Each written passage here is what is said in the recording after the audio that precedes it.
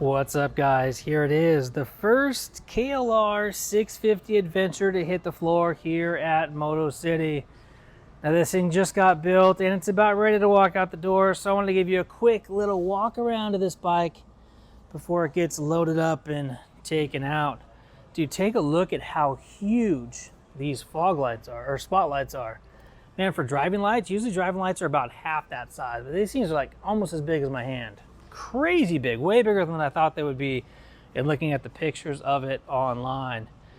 Windshield looks pretty decent. I've heard nightmares about the adjustability. You see here on the inside, you've got these two screws right here. Oh, which way we can see it? See those two screws right there on the inside? You have to undo those two screws and then you can move it up to that hole or to that hole, which is gonna give you, 3 inches of adjustment or so. But to have to pull out your Allen wrench and actually remove the shield off, adjust the bracket, and then put the shield back on in order to get that adjustment, that's a bummer, Kawasaki. I really wish you would have done something a little bit more streamlined and sleek. That would have been great. Right here's your button for your driving lights. Really convenient, just right up here on the dash.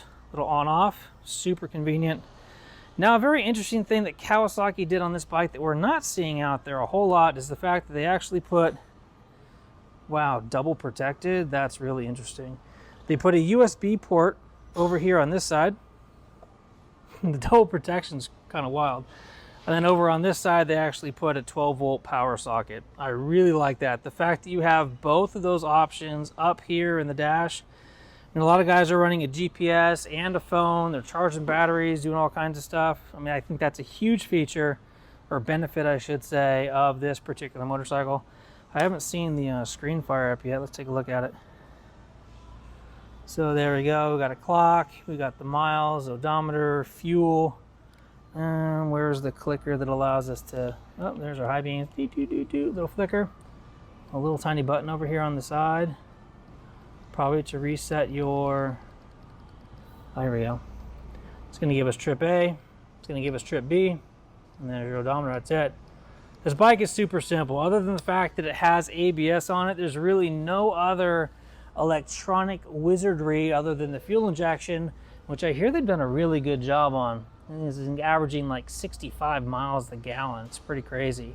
So the benefits of this machine as compared to the two other lower builds of this bike. So this adventure version is going to retail at $7,999. Now the additional vehicle features that this bike has that the others don't, it's going to come with side cases, fog lamps, frame sliders, tank pad, DC and USB sockets, which we already talked about, anti-lock brakes, and the special color and graphics, Cypher Camo Gray.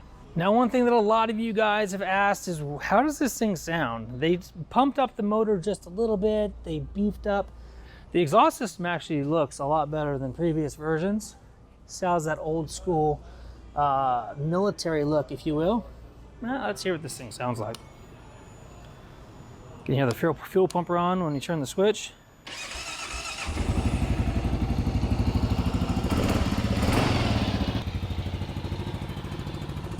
And there it is, guys. KLR650 Adventure.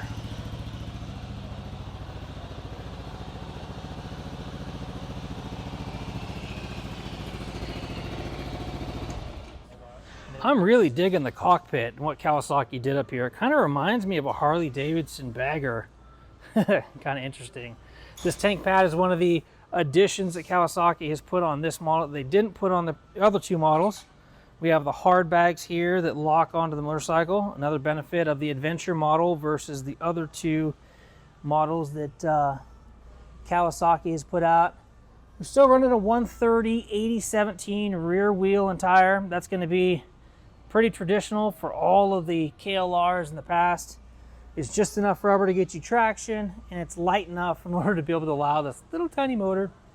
Not little tiny motor, I mean it's a 650. But the amount of horsepower this thing cranks out is not quite as robust as some of the other bikes that are out there in the market. Coming up the swing arm, we can see that we have pretty basic pegs from Kawasaki. They are rubber mounted and they're very, very flexible. So if you feel like you're riding on a cloud when you're standing on those things. Coming up, we have the fuel injection up here.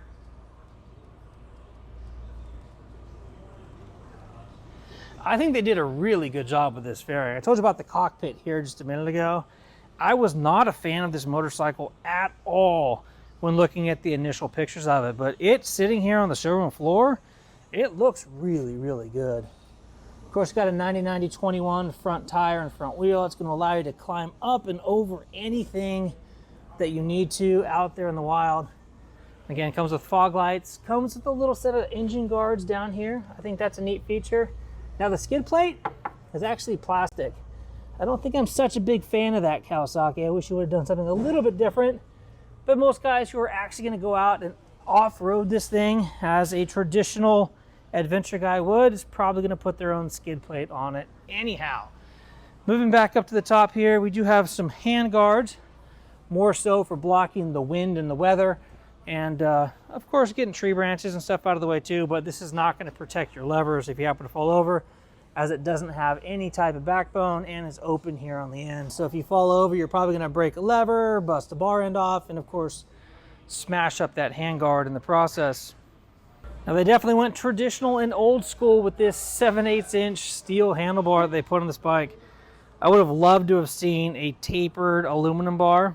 That way you get the anti-vibration characteristics of the aluminum, and you also get the strength, and of course you wouldn't have this bar running across the top of your ignition vantage point there.